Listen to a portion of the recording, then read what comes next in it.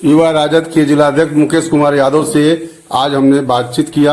एक खास मुलाकात के दौरान उन्होंने बताया कि लॉकडाउन में जनता के सेवा के लिए लालू रसोई का आयोजन किया गया है 6 जून से, और इस दौरान लोगों के बीच पूरी सब्जी का वितरण किया जा रहा है।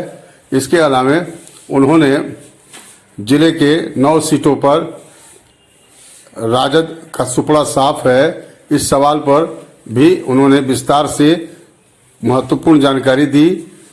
और इसके अलावा सिवान के मरहूम सांसद शहाबुद्दीन के निधन और लालू परिवार से जो आक्रोश पल रहा था, इस आक्रोश के सिलसिले में भी उन्होंने प्रकाश डाला।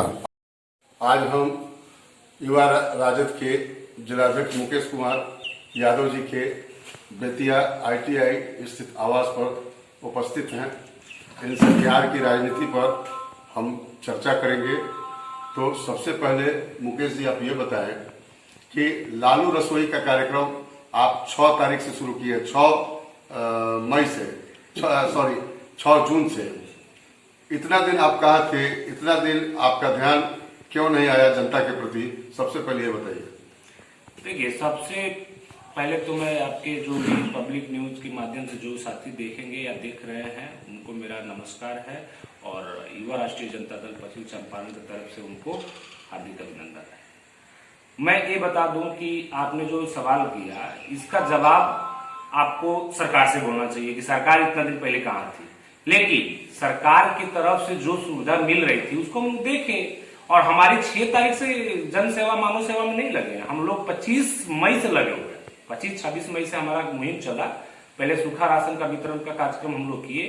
और देखिए, किचन जो सरकारी किचन जो चल रहा है गरीब दलित बस्ती में जो देना है भोजन, उसमें काफी अनियमितता बरती गई है, काफी उसमें भ्रष्टाचार हो रहा है।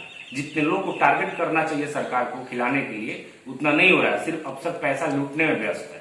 तो लालू रसोई हम लोग सरकार को पहले देते, सरकार क्या कर रहा है जनता के लिए। हमारे पश्चिमी चंपारण के जनता सरकार में जो शामिल है उनको काफी मदद किए हैं, लेकिन फिर पश्चिमी चंपारण के जनता का यह दुर्दशा हमको इस चंपारण की धरती को मतलब शर्मिंदा करता है। सिवान के मरहूम सांसद शहाबुद्दीन साहब के निधन के बाद उनके पुत्र ओसामा लालू प्रसाद जी के घर गए थे दिल्ली में, जहां उन्हें किसी बात को लेकर तकलीफ पहुंची और वे वापस आए। आने के बाद शहाबुद्दीन साहब के परिवार में काफी आक्रोश परवान चढ़ी। इस डैमेज कंट्रोल को राजद ने या आपके स्तर से कंट्रोल करने का प्रयास किया गया है? देखिए, उसमें कोई डैमेज कंट्रोल या कोई किसी का गुस्सा वाला बात तो है नहीं। सबसे पहली बात है कि जब शहाबुद्दीन जी की डेथ हुई थी तो कस्टडी में थे, उसके बावजूद भी केंद्र शासित राज्य है दिल्ली, केंद्र का और दिल्ली सरकार के नीति के कारण उनका इलाज में कमी हुआ और उनकी डेथ हुई। उस क्रम में परिवार से, शहाबुद्दीन जी के परिवार से, हमारे दबंग नेता रहे हुए उनको उनके कार्यशैली के लिए दबंगई के नाम से जाना जाता है, लेकिन विपक्ष जो लोग थे, सत्ताधारी लोग जो अभी में है, उनको दूसरी तरह से प्रचारित किए। लेकिन तेजस्वी जी और राष्ट्रीय जनता दल के राष्ट्रीय अध्यक्ष जी लगातार परिवार के संपर्क में थे, हैं और रहेंगे। उनका जो गुस्सा या खिसियाने का बात है, नहीं जाना, तो नहीं जाने के बाद आपका मैं एक बता दूं कि दिल्ली का जो केंद्र शासित राज्य है, वहां पर अगर तेजस्वी जी हमारे पहुंचते तो हजारों की संख्या में, लाखों की संख्या में वहां पे भीड़ होती। युवाओं तेजस्वी जी के दीवाने हैं, बिहार में नहीं पूरा हिंदुस्तान में उनके दीवाने हैं। तो हमारे दल के हैं और राष्ट्रीय जनता दल को सिंचने में उनका खून पसीना लगा है शहाबुद्दीन जी का, तो वो अपने घर में है, वो अपने घर से किसी से गुस्सा सकते हैं व्यक्तिगत, लेकिन पार्टी से कभी नाराज नहीं चल सकते हैं। पार्टी उन पर विचार कर रहा है, उनके परिवार को हम लोग राष्ट्रीय जनता दल के राष्ट्रीय अध्यक्ष या तेजस्वी जी या जो भी वरिष्ठ नेता हमारे हैं राष्ट्रीय जनता दल के, उनके परिवार के लिए चिंतित है और उनके साथ हर दम खड़ा है और रहेंगे। पश्चिम चंपारण जिले के 9 विधानसभा सीट में आपके पार्टी का एक भी विधायक नहीं है। यहाँ राजद का माय समीकरण ध्वस्त है, क्या कहना चाहेंगे आप? देखिए, अगर बिहार की बात करें तो हिंदू मुस्लिम की राजनीति करती है बीजेपी।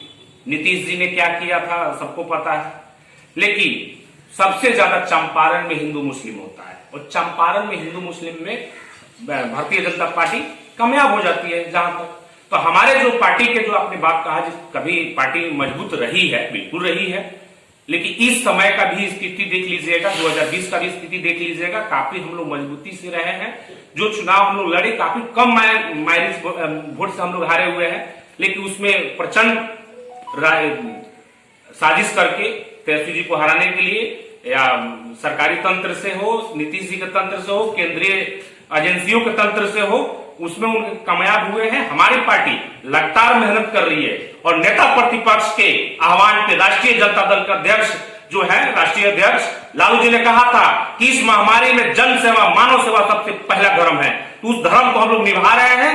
छोटे से छोटे कार्यकर्ता हो, बड़े नेता लोग हो, सभी लोग जन सेवा में लगे हैं, मान सेवा में लगे हैं, मानव सेवा में लगे हुए हैं। तो हम लोग का एक ही उद्देश्य है कि जन सेवा करें। राजनीति का समय जब आएगा तो हम राजनीति भी करेंगे।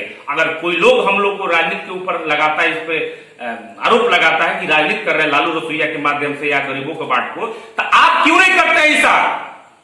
आप यही राजनीति कीजिए, लोगों को खिलाइए, लोगों को मदद पहुंचाइए। यहाँ के बिहार में सबसे ज्यादा अगर मजबूत कोई जिला है, सरकार के सदस्यों को दिया है, 8 विधायक है, 3 सांसद, 1 विधान परिषद, और सबसे विश्व की बड़ी पार्टी कहे जाने वाली कि प्रदेश अध्यक्ष जी है माननीय जी। यहाँ एक छोटा सा बारिश हो जाता है तो बेतिया का दुर्दशा नर्क जैसा हो जाता है।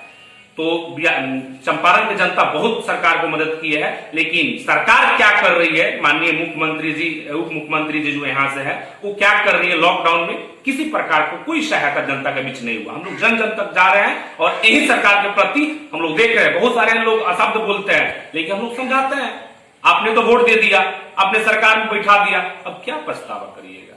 फिर इंतजार कीजिए 5 साल, हिंदू मुस्लिम झेलिए, राम मंदिर बनवाइए, राम मंदिर बन रहा है। आज की मुलाकात के लिए बहुत बहुत धन्यवाद आपको। जी सर, धन्यवाद।